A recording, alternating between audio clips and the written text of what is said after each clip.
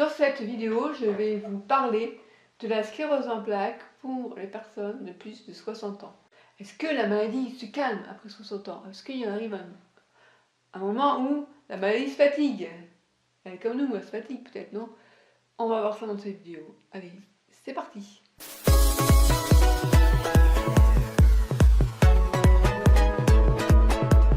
Donc, on sait tous que la sclérose en plaques est une maladie imprévisible, ok?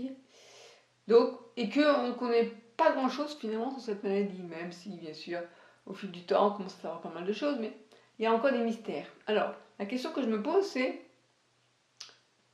est-ce qu'il y a un moment donné où elle va, entre guillemets, se fatiguer, à savoir que elle est peut-être moins active quand on débute la sclérose en plaques que quand on commence à vieillir. Alors, je lis que chez le sujet âgé, ce que l'on observe, ça c'est l'APF, c'est un article de l'APF, c'est parfois une certaine stabilisation de la maladie. Donc, elle se stabilise. Donc, elle arrête d'évoluer. Chez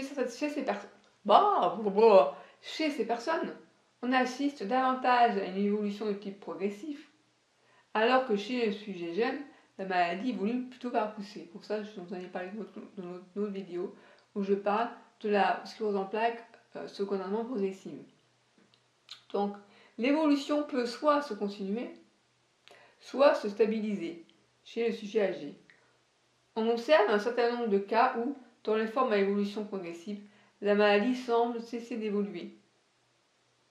C'est-à-dire qu'il n'y a pas une augmentation significative du handicap. Donc, l'idée vécue, je dirais, est que la sclérose en plaques est une maladie grave, qui va continuer inexorablement de s'aggraver et conduire immanquablement à un état gravataire. Ah, c'est faux! Ah oui, d'accord, j'ai mal lu. C'est une idée reçue, c'est un préjugé qu'on a. C'est faux. Cette aggravation peut tout à fait se ralentir et même se stabiliser. Enfin, c'est faux. C'est pas automatique. Pour certaines personnes, malheureusement, oui. Mais c'est pas automatique. Ok. Oui, après, ils disent que il y a quelques années, on pensait que la myéline, une fois détruite, ne pouvait pas se reformer. Ils sont bêtes parce que finalement, la poussée, c'est ça. Pendant la poussée, la myéline est détruite, et puis après une poussée, quand on récupère, c'est qu'elle s'est reconstruite. Bon, bref.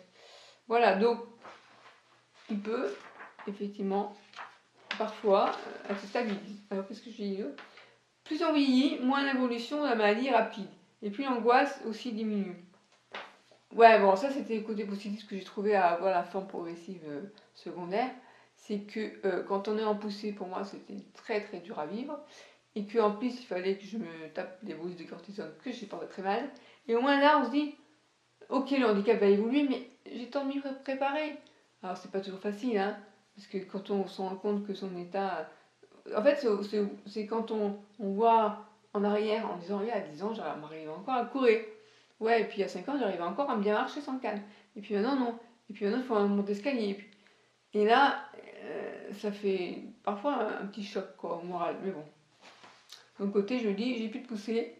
Bon, je continue quand même à faire les injections, hein, pour éviter d'avoir des poussées, parce que je me dis que si j'avais une poussée en plus, bah, ça me courrait au lit, quoi.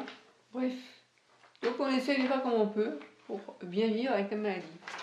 Alors, qu'est-ce qu'ils disent?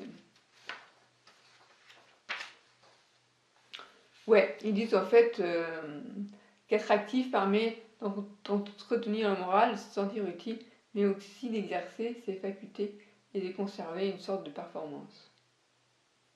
Se battre. Aucune des personnes que nous avons rencontrées ne pense à quoi bon. Toutes ont choisi de se battre et d'être plus fortes que la maladie. Cette capacité de résistance et même cette rage de vaincre paraissent essentielles et font partie de la panoplie des personnes qui, sait ou pas, restent dans la course même après 60 ans. Voilà, alors, il continue en fait en parlant des personnes qui ont plus de 60 ans, comment elles vivent avec la maladie. Donc en fait, il faut rester actif malgré le fait qu'on soit complètement handicapé. Non, je plaisante, mais bon, il n'y a pas une sclérose en plaques identique à une autre, quoi. Donc, on ne peut pas savoir, voilà, on fait comme on peut, on essaie de s'adapter. C'est important de ne pas s'isoler. Alors là, ça, pour l'isolement, on va en parler après. Je vais vous faire une vidéo sur la solitude. Parce que c'est bien beau de dire qu'il ne faut pas s'isoler, mais quand on ne marche plus, quand on a besoin d'une canne ou d'un fauteuil roulant, qu'on a besoin d'une aide de vie, pour vivre, comment on fait? Moi, si je vais aller quelque part, j'appelle mon aide de vie qu'elle m'amène. Et il y a des fois où on a envie d'être autonome, et ben on l'est plus. Quand on perd son autonomie, ben ne pas s'isoler, c'est pas facile. Voilà. Alors, ma aide de vie me disait oui, mais tu sais, les gens en fauteuil roulant, c'est pas la fin. C'est pas la fin de vie. Les gens en fauteuil roulant qui sont pas isolés. Je lui dis oui, mais elles ont pas ce que je dis comme problème, c'est la fatigue chronique, qui peut être vraiment très, très embêtante. Alors elle me dit oui, d'accord. Bon, bref. Allez, on passe à la prochaine vidéo.